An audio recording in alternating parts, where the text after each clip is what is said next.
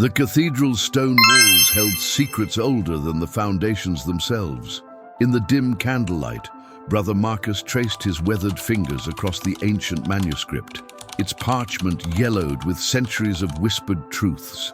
The Latin words danced before his tired eyes, but it was the marginalia, those desperate scrawls in forgotten tongues, that made his heart race. "What troubles you so deeply, my friend?" The voice belonged to Father Alessandro, whose own studies had led him down similarly treacherous paths of inquiry. Marcus looked up from the text, his face pale with revelation. The Grail, Alessandro, everything we've been taught, everything the Church has proclaimed for 1,000 years, it's a deliberate misdirection. The older priest moved closer, his robes rustling against the stone floor. The manuscript lay open to an illuminated page depicting not a golden chalice, but the figure of a woman surrounded by symbols that seemed to pulse with hidden meaning. "Look here," Marcus whispered, his finger hovering over the ancient text. This manuscript predates the Vulgate by 3 centuries. It speaks of the Sang Grail, but not as San Graal, the Holy Grail. Rather, Sang Real, the royal blood. Alessandro's breath caught. Royal blood? But whose? Not whose, my friend. Through whom? Marcus's voice trembled with the weight of understanding.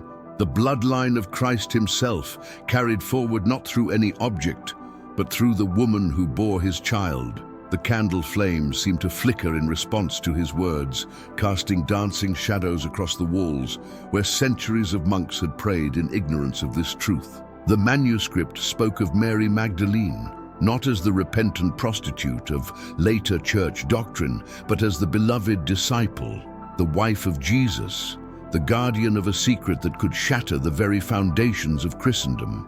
"But the Gospels," Alessandro began, then stopped himself. He knew, as Marcus did, that the Gospels they knew were products of political necessity, edited and redacted by men who sought to build an institution rather than preserve truth. Marcus turned the page carefully, revealing more illustrations. Here was Mary Magdalene again, but now she held an infant, a child whose bloodline would flow through history like an underground river, hidden but never destroyed. "The Cathars knew," Marcus said softly. "That's why they were exterminated so thoroughly, not for their beliefs about the material world, but for what they protected. They were guardians of the bloodline, keepers of the true Grail." The silence in the cathedral library was profound, broken only by the distant sound of evening prayers echoing through the corridors. Both men understood they stood at the precipice of a truth that had claimed countless lives throughout history. "The Knights Templar," Alessandro whispered, the pieces falling into place in his mind. "Their sudden wealth, their mysterious rituals, their ultimate persecution. They discovered the truth in Jerusalem," Marcus confirmed.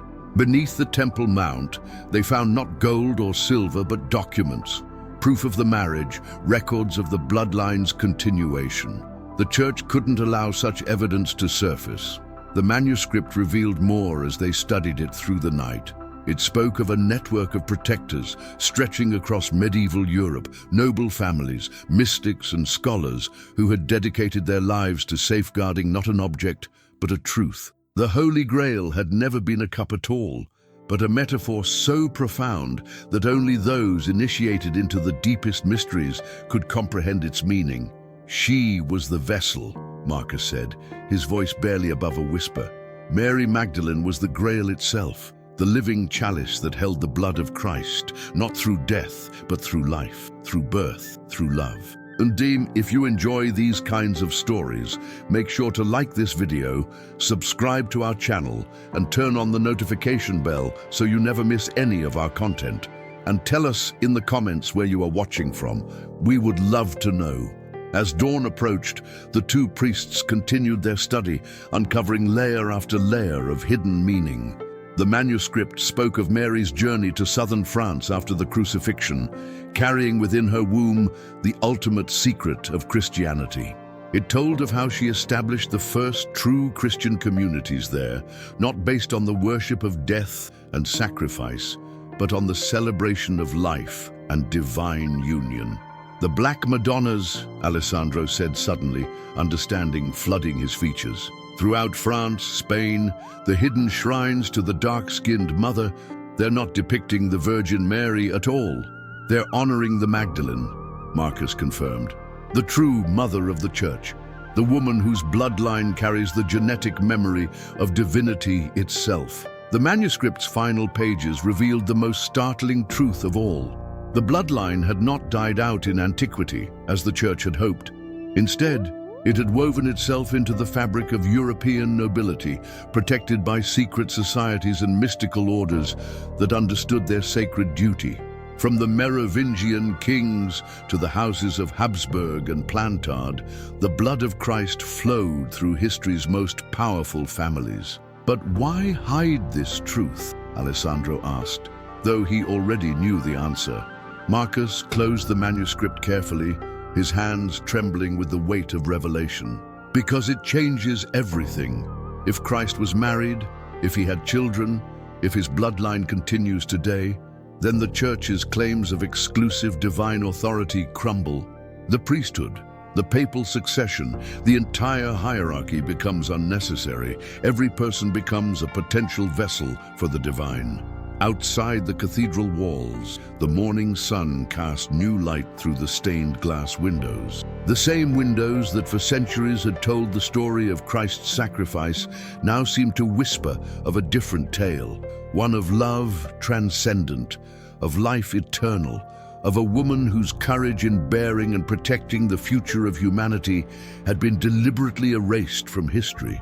The two priests sat in contemplative silence, understanding that they had become part of an ancient conspiracy of truth-keepers. They would return the manuscript to its hidden place, but they would carry its revelation forward in their hearts. They had discovered that the Holy Grail was not an object to be found, but a truth to be lived. In the centuries since that night, others would rediscover fragments of this knowledge. Artists would embed clues in their masterpieces, writers would weave hints into their narratives, and scholars would risk their reputations to preserve pieces of the puzzle. The truth of the Grail would surface again and again, always to be suppressed, but never to be completely destroyed. For the Grail was not dead metal or carved stone.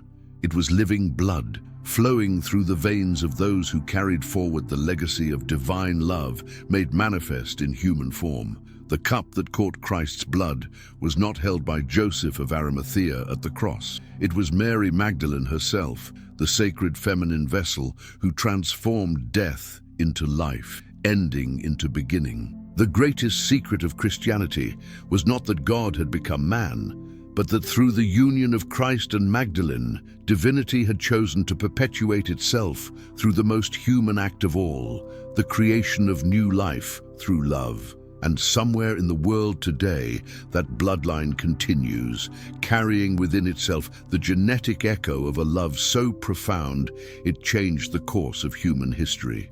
The Grail was never lost, because it was never an object. It was and is and always shall be the living truth that love conquers death, that the sacred feminine is the true guardian of the divine, and that within each of us lies the potential to become a vessel for the sacred.